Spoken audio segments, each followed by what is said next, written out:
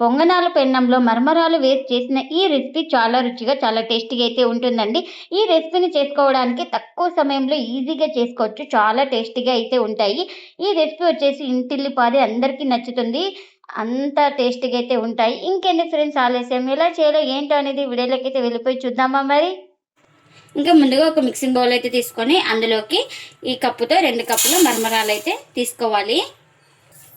ఇంకా 2 కప్పు కూడా వేసుకుంటున్నా.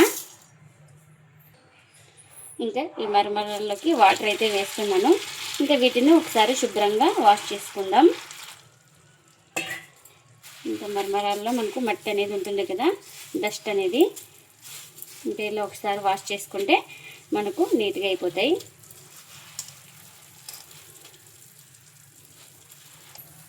ఇంకా మనం మరమరాలు వాటర్లో నుంచి ఇంకా వేరొక బౌల్లోకి అయితే ఇలా తీసేసుకోవాలి.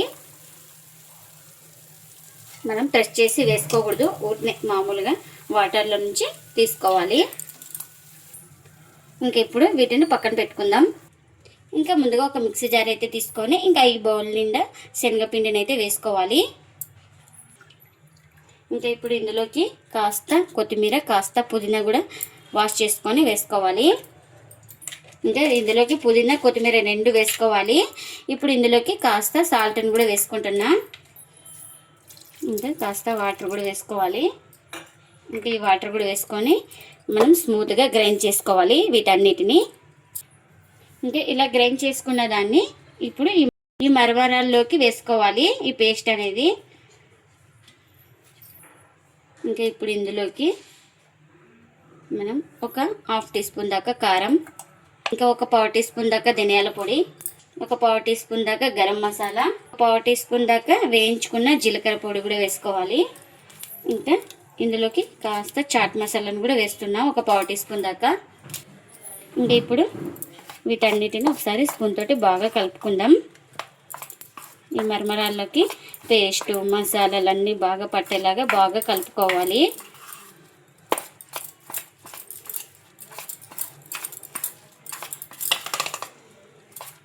చూడండి, ఈ విధంగా అయితే ఉండాలి మనకు. ఇంకా ఇలా మొత్తం బాగా కలుపుకున్న తర్వాత ఇందులోకి 1/2 కప్పు బొంబాయి రవ్వ వేసుకోవాలి. అదే సోజీ రవ్వ, ఉప్మా రవ్వ అంటారు కదండి, ఆ రవ్వని 1/2 కప్పు అయితే వేసుకోవాలి. ఈ బొంబాయి రవ్వని కూడా వేసుకొని మొత్తం ఇలా బాగా కలుపుకుందాం.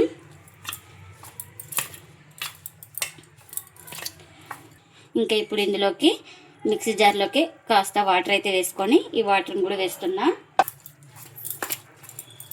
ఇంకా వాటర్ కూడా వేసుకొని మొత్తం ఇలా ఒకసారి బాగా కలుపుకోవాలి.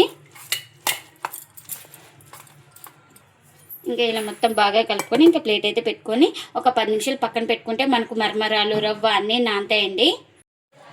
ఇంకా ఇప్పుడు ఒక 10 నిమిషాల తర్వాత అయితే చూపిస్తున్నాను చూడండి. మరమరాలు కూడా మనకు సాఫ్ట్గా నానిపోయినాయి కదా.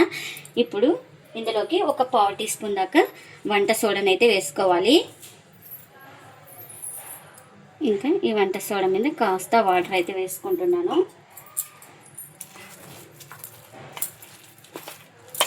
ఇంకా ఈ వంట సోడా కూడా వేసుకొని మొత్తం ఇలా బాగా కలుపుకోవాలి. మనకు బ్యాటర్ వచ్చేసి ఈ విధంగా ఉంటే చాలు. ఎక్కువ గట్టిగా లేకుండా, ఎక్కువ వాటర్గా లేకుండా మనకు ఈ విధంగా ఉంటే చాలు. ఇక్కడ చూపిస్తున్నాను కదా, ఇలా ఉండాలి బ్యాటర్ వచ్చేసి. ఇంకా పొంగనాల పెన్నం కూడా పెట్టుకున్నానండి. ఇంకా ఇప్పుడు ఆయిల్ అయితే వేసుకోవాలి. మీరు ఆయిల్ ఇష్టం లేని వాళ్ళు ఇక్కడ ఆయిల్ ప్లేస్లో బటర్ కానీ, గీ కానీ ఏదైనా వేసుకోవచ్చు. నేనైతే ఇక్కడ ఆయిలే వేస్తున్నాను. ఇంకా ఆయిల్ కూడా హీట్ అయిందండి. ఇంకా ఇప్పుడు నిదానంగా ఒక్కొక్క ప్యాన్లోకి ఇలా పెట్టుకోవాలి. నేను ఇక్కడ చేతితోనే అయితే పెడుతున్నాను, మీరు కావాలంటే స్పూన్తో కానీ పెట్టుకోవచ్చు.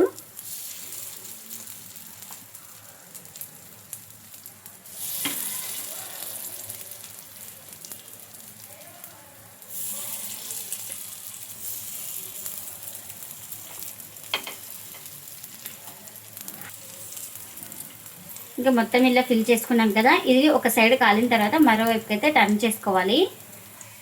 ఇంకా చూడండి, ఇలా ఒక సైడ్ కాలిన తర్వాత ఇలా నిదానంగా ఇంకొక వైపుకి అయితే టర్న్ చేసుకోవాలి. చూడండి, ఇలా బాగా కింద వైపే బాగా కాల్చుకోవాలి. ఇంక ఇప్పుడు ఈ సైడ్ కూడా ఇదే విధంగా మనకు కాస్త కలర్ చేంజ్ అయ్యే వరకు అయితే కాల్చుకోవాలి. ఇంకా చూడండి అటు ఇటు తిప్పుకుంటూ బాగా కాల్చుకున్నాను. ఇలా రెండు వైపులా బాగా కాలాలి, అప్పుడే మనకు లోపల దాకా బాగా కాలుతుంది.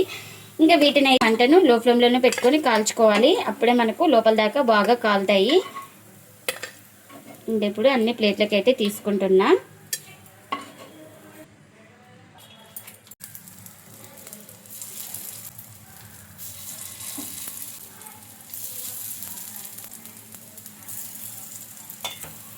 ఇంకా అన్నీ ఇలా ఫిల్ చేసుకున్న తర్వాత ఒక సైడ్ కాలిన తర్వాత మరో వైపుకి అయితే టర్న్ చేసుకోవాలి. ఇంకా ఇలా ఒక సైడ్ కాలిన తర్వాత ఇలా మరో వైపుకి అయితే టర్న్ చేసుకోవాలి. ఇవి చాలా టేస్టీగా అయితే ఉంటాయండి. మనకు ఇంట్లో ఏమైనా దోశ పిండి కానీ ఇడ్లీ పిండి కానీ లేనప్పుడు ఇలా ఇన్స్టెంట్గా చేసుకోండి. చాలా రుచిగా చాలా టేస్టీగా అయితే ఉంటాయి. అందరికీ నచ్చుతాయండి. అంత టేస్టీగా అయితే ఉంటాయి మనకు. ఇంకా వీటిని కూడా రెండు వైపులా బాగా కాల్చుకోవాలి. ఇంకా అన్ని ఎన్నైతే అన్ని ఇలానే చేసుకోవాలి. మరమరాలతో ఎంతో టేస్టీగా ఉండే పొంగనాలు అయితే రెడీ అయిపోయినాయండి. ఈ పొంగనాలు చాలా రుచిగా చాలా టేస్టీగా అయితే ఉంటాయి. ఈ పొంగనాలు వచ్చేసి ప్రతి ఒక్కరికి నచ్చుతాయండి, అంత టేస్టీగా అయితే ఉంటాయి. ఇంకా ఇందులోకి చట్నీ కానీ ఏం అవసరం లేదండి, ఉత్తవి తినేయచ్చు, అంత టేస్టీగా అయితే ఉంటాయి.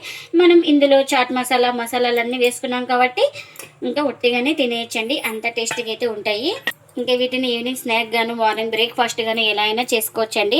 చూడండి చూపిస్తున్నాను, లోపల ఎక్కడ పిండి అయితే లేదు. మంటను అడ్జస్ట్ చేసుకుంటూ లో ఫ్లేమ్లోనే కాల్చుకోవాలి, అప్పుడే లోపల దాకా మనకు బాగా కాలుతాయండి. మీరు కూడా తప్పకుండా ఒకసారి మరమరాలతో ఇలా చేసి మీకు ఎలా వచ్చిందో కామెంట్ అయితే చేయండి ఫ్రెండ్స్. ఇదండి ఇవాల్టి వీడియో. ఈ వీడియో కనుక నచ్చితే ప్లీజ్ లైక్ చేయండి, షేర్ చేయండి, కామెంట్ చేయండి. అలాగే లైక్ చేసి సపోర్ట్ చేయండి friends. Thanks for watching. Bye bye.